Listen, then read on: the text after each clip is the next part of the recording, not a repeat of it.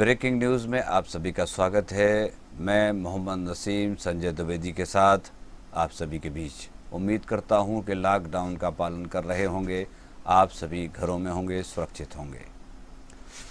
रायसेन शहर के व्यापारी सुखदेव अग्रवाल के बड़े पुत्र अमित अग्रवाल की मौत के बाद बीती रात शनिवार रविवार की दरमियानी रात में छोटे पुत्र सुमित अग्रवाल की भी हमीदिया अस्पताल में इलाज के दौरान मौत होने से सनसनी फैल गई, जबकि सुमित अग्रवाल की पत्नी कोरोना पीड़ित होने से चिरायू अस्पताल में गंभीर स्थिति में भर्ती हैं। रायसेन शहर के महामाया चौक निवासी सुखदेव अग्रवाल के पुत्र अमित अग्रवाल की भोपाल की हमीदिया अस्पताल एक दिन पहले ही मौत हो गई थी। अमित का अंतिम संस्कार शनिवार को उनकी पत्नी वर्षा अग्रवाल ने भोपाल के छोला रोड के विश्राम घाट पर स्वयं अकेले अपने हाथों से किया था और शनिवार की रात में उनके देवर अमित ने भी दम तोड़ दिया। सुखदेव अग्रवाल के बड़े पुत्र अमित के बाद छोटे पुत्र सुमित अग्रवाल की भी इलाज के दौरान कोरोना वायरस के कारण मौत हो गई, क्योंकि उन्हें जब भोपाल के हमीदिया अस्पताल में भर्ती कराया गया था तब उसी प्रकार के लक्षण थे। कोरोना वायरस से पीड़ितों में एक ही परिवार के 2 सदस्यों की मौत से शहर में हड़कंप मच गया है। सुमित अग्रवाल की पत्नी दोनों की देखरेख करने के लिए साथ में ही गई थी, तो वो भी कोरोना वायरस की चपेट में आ गई, जिन्हें भोपाल के ही चिरायू अस्पताल में भर्ती कराया गया था, जहां उनकी हालत नाजुक बनी हुई है। जिले की एसपी मोनिका शुक्ला ने कहा है कि यदि कोई भी व्यक्ति कोरोना संबंधी किसी भी तरह की जानकारी छुपाता है तो वह भी अपराध की श्रेणी में आता है। सुनिए उन्होंने क्या कहा। श्री अमित अग्रवाल की जो मृत्यु हुई है और उनके भाई सुमित की, तो ये लोग एक टिफिन सेंटर चलाते थे।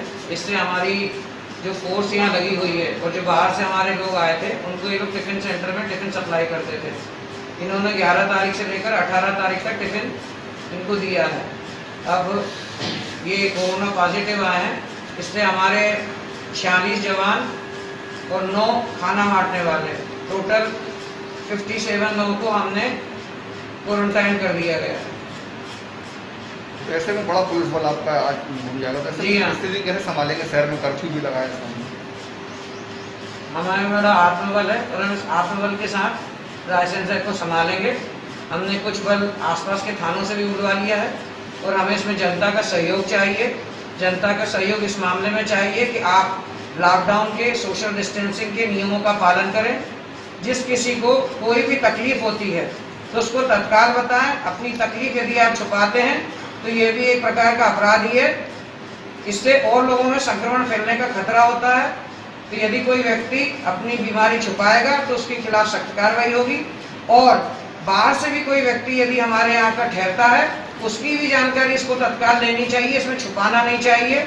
यदि कोई व्यक्ति बाहर से आता है और पुलिस को या कोरोना कंट्रोल रूम को जानकारी नहीं देता, वो भी अपराध की श्रेणी में आता है। तभी घर से बाहर निकलना है जब आपको घर से निकलने की वास्तविक जरूरत हो। यूं ही टहलना है, इस प्रकार से घर से बाहर ना निकले, नियमों का पालन करें ताकि रायसेन को कोरोना मुक्त बनाया जा सके। जिला चिकित्सालय में पदस्थ ड्रेसर श्री मालवीय निलंबित कर दिए गए हैं। शासकीय दायित्वों के निर्वहन में घोर लापरवाही बरतने तथा अनाधिकृत रूप से कोरोना संक्रमित मरीज के घर जाकर इलाज करने पर कलेक्टर उमाशंकर भार्गव ने जिला चिकित्सालय में पदस्थ ड्रेसर नरेश मालवीय को तत्काल प्रभाव से निलंबित कर दिया है।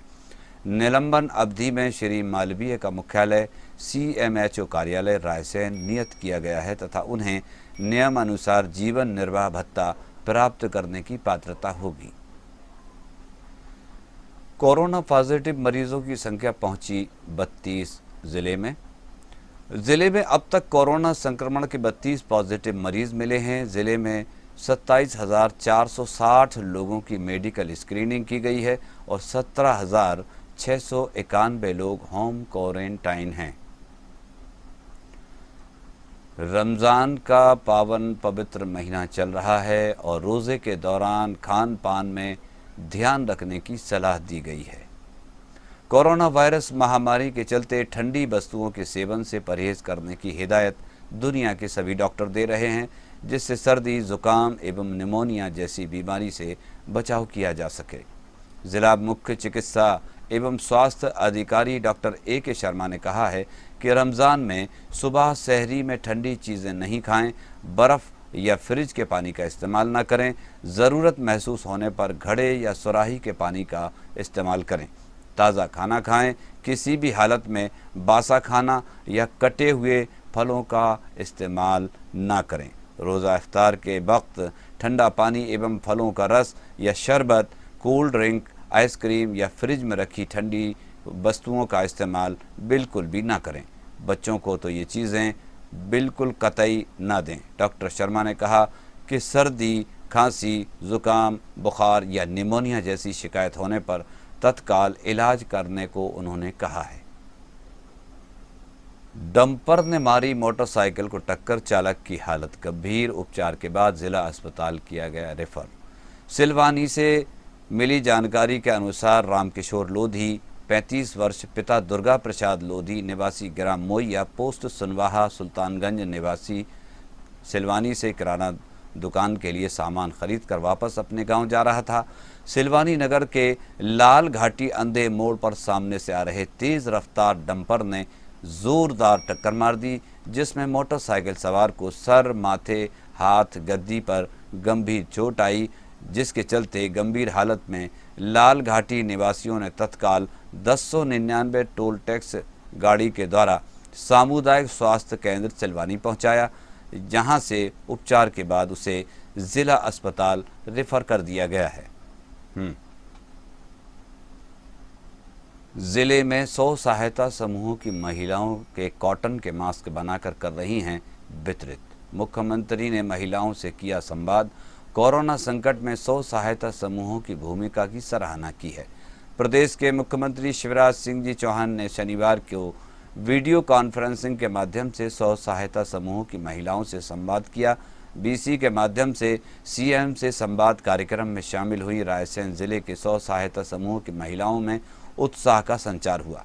कार्यक्रम में हुई ओबेदुल्लागंज विकासखंड की श्रीमती ललिता नागर तथा सुनीता नंदवंशी, सिलवानी विकासखंड की श्रीमती गीताबाई, बेगमगंज विकासखंड की श्रीमती सीता शर्मा एवं गैरतगंज विकासखंड की कमला विश्वकर्मा ने कहा कि नोवल कोरोना वायरस संक्रमण की इस लड़ाई में महिला 100 सहायता समूहों की महिलाएं दिन रात मेहनत कर कॉटन के मास्क बनाकर वितरित कर रही हैं। इसके साथ ही महिलाओं के द्वारा सैनिटाइजर का भी वितरण किया जा रहा है। अतिरिक्त पुलिस बल पहुंचा रायसेन नगर में निकाला फ्लैग मार्च। कोविड-19 कोरोना वायरस पॉजिटिव मरीजों की संख्या पहुंची 32। रायसेन मुख्यालय की नगरीय सीमा में जिला न्यायाधीश कलेक्टर उमाशंकर भार्गव जी ने 26 अप्रैल की सुबह से कर्फ्यू के आदेश जारी कर दिए।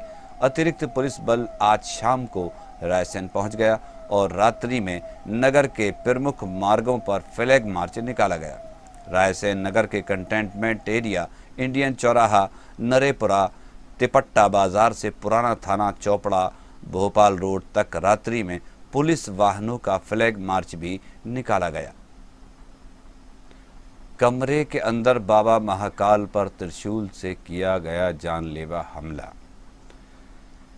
रायसेन जिले के गैरतगंज तहसील अंतर्गत आने वाले सिद्ध क्षेत्र नीलकंठेश्वर धाम हरदौट पाटन में शाम को बाबा महाकाल प्रतिदिन की तरह आराम कर रहे थे कि तभी अचानक पास के ग्राम पाटन का रहने वाला कर्ण नामक व्यक्ति आता है, जिस पर बाबा महाकाल के उसको बोलते हैं कि लॉकडाउन चल रहा है, मंदिर में सभी का आना जाना बंद है, जिस पर कर्ण पास ही धूनी में लगे त्रिशूल को निकालकर बाबा महाकाल के सीने पर हमला कर देता है। लेकिन बाबा अपने हाथों से त्रिशूल पकड़ लेते हैं, लेकिन सीने में फिर भी त्रिशूल लग जाता है, जिस पर बाबा जोर जोर से चिल्लाते हैं, जिससे मंदिर में उपस्थित पुजारी दिनेश शर्मा आ जाते हैं और कर्ण के हाथों से त्रिशूल छुड़ाने के प्रयास करते हैं, जिससे उनको भी चोट आ जाती है, जिसकी लिखित शिकायत गैरतगंज थाने में की गई है, जिस पर गैरतगंज पुलिस ने आरोपी कर्ण पिता बाबूलाल अहिरबार पर IPC की धारा 452, 294, 323, 324 के तहत मामला दर्ज कर विवेचना में ले लिया है। ये थी हमारी खबरें रायसेन जिले को लेकर, और हर दिन हम आपको खबरें लेकर आते हैं, सच्ची और सटीक खबरें। हम चाहते हैं कि आप हमारे चैनल को सब्सक्राइब करते रहें, लाइक करते रहें, पसंद करते रहें। हम आपको खबरें आपके बीच में लाते रहेंगे। मैं मोहम्मद नसीम संजय द्विवेदी के साथ ब्रेकिंग न्यूज़ आप सभी से इसी उम्मीद के साथ, लॉकडाउन का पालन कीजिए, सोशल डिस्टेंसिंग का पालन कीजिए, क्योंकि अभी भी हम कोरोना महामारी से लड़ रहे हैं।